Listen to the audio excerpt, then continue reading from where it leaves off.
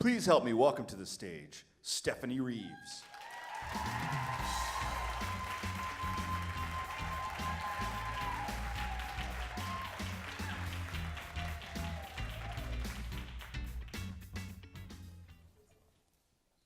Imagine a big ballroom as cold as a refrigerator. Now picture a woman, a dancer, with sweat beading on her hairline. She's in a new dress designed especially for her in leopard, red, pink, and black fringe, and it's drenched in Swarovski crystals. She can feel the weight of it. The straps of her heels cut into the fleshy part of her ankles, but nothing can quench the electricity and anticipation coursing through her body. She takes a deep breath, looks into her instructor's eyes, and grabs his hand. Intentionally, the couple walks on the wooden floor to perform before a panel of judges. They've been invited to dance here. The music begins, and their bodies rhythmically move. I'm Stephanie Reeves, and I'm that dancer.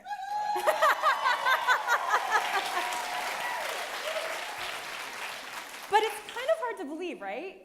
I mean, like when I think of a dancer, I think of a ballerina, someone who's tall and thin and lean and toned, and this is not that body. Said nicely, it's voluptuous, curvy. But according to my body mass index, I'm actually considered obese.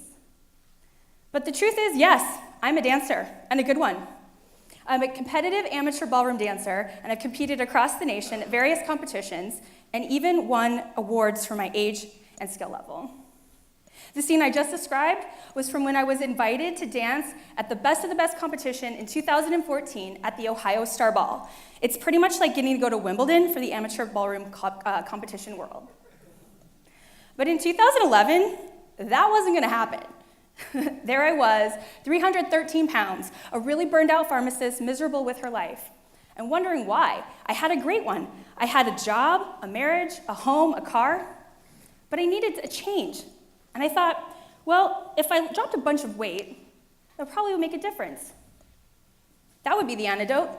If I were thinner, I thought, I would certainly be happier. But ironically, that wasn't the case at all. I was dead wrong. The problem I discovered wasn't my size or weight. The problem was that I had given up. Once, I had a childhood dream of being a dancer. But in my life, I heard conversations in the world about what it was to be a woman, to be feminine, to be sexy, who got to be sensual, and what a dancer would look like. I convinced myself that I couldn't be the dancer that I desperately desired to be simply because I didn't look the part. But one day, I found myself in the gym trying to fix myself on the elliptical machine, and there, in a room directly across from me, was a man giving dance lessons. And let me tell you, that looked a lot more fun than what I was doing. So in that moment, I decided I would buy some lessons. And I didn't know it then, but in that moment, I created an entire new future for myself. That was the moment when I got busy dancing instead of dying. And that's the message I want to share with you tonight, my friends. Get busy dancing or get busy dying. Get on the dance floor of your own life, exactly as you are and exactly as you're not right now. But the thing is, I'm no different than thousands of other people. What if I told you that only 6% of people have the jobs that they wanted as kids? That's what researchers from Britain found. And in another study, 50% of women reported that they had given up on their dreams and were unsatisfied with their lives. With statistics like that, I'm willing to bet I'm not the only one in this room who might have given up on a childhood dream.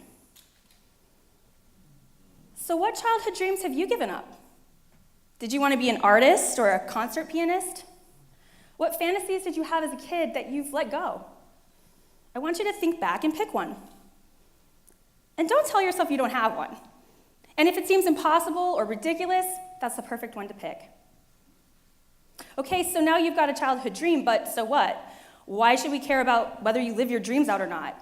I mean, it's like not everyone who dreams of being a rap artist or a professional athlete is actually going to accomplish that, right? I'm not different than thousands of girls who wanted to be ballerinas, and we had good reasons for giving up our dreams. Perhaps you've heard of the last lecture It was a speech and later a best-selling book by Randy Pausch, also called Really Achieving Your Childhood Dreams.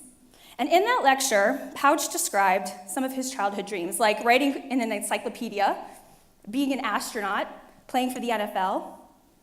Now, not all of these dreams did he realize, but impressively, some of them he did. He did do in the encyclopedia, an entry in the encyclopedia, and he also was an Imagineer for the Walt Disney Company.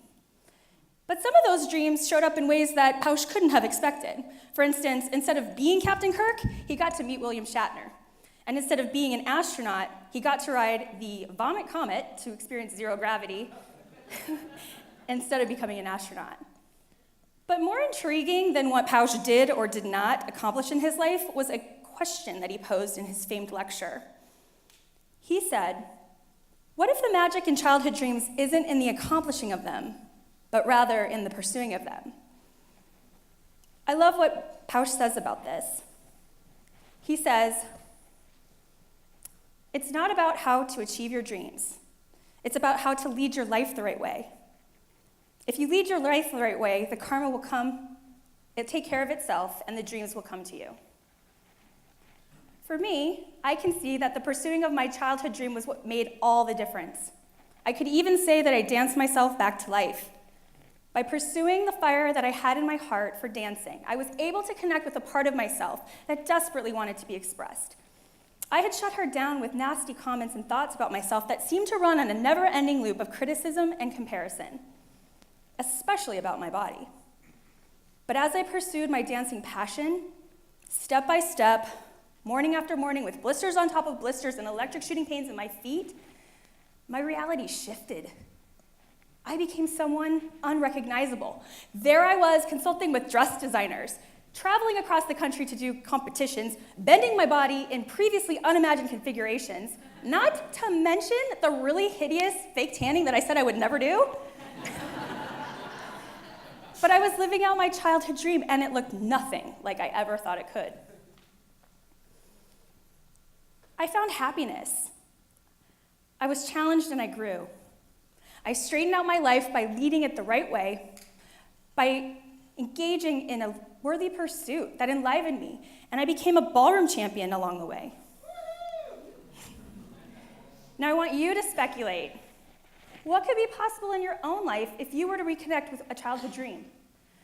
Perhaps your chances for playing for the NBA are slim to none at this point, but maybe you could coach a local basketball team and champion the dream of someone else.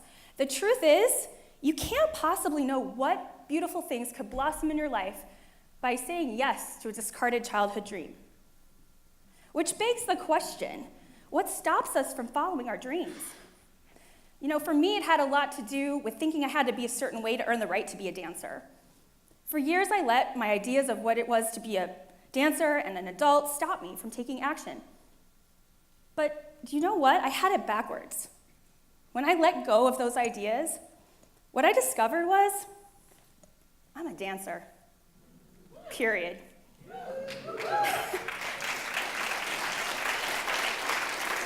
And it had nothing to do in reality with my size or weight. In fact, I found out that it was silly not to pursue my childhood dream because the pursuing of it was what was giving me a more fun, full, and fulfilling life. But I had to give up some really cherished, self-deprecating thoughts to create the space for this new dancing future. I had to risk willing to be vulnerable, to look silly, and to stop listening to the mean voices in my head that said, "This is a pointless pursuit, and you're never going to measure up to the beautiful women in bikini dresses dancing all alongside you." None of those ideas or social conditioning made a bit of difference. What made the difference was getting on the dance floor. It may take some courage, but if it's possible for me, it's possible for you. And tonight, I invite you to look at your own childhood dream, reconnect with it. Get on the dance floor of your own life, just exactly as you are and exactly as you're not right now, and dance with that childhood dream once again. Thank you.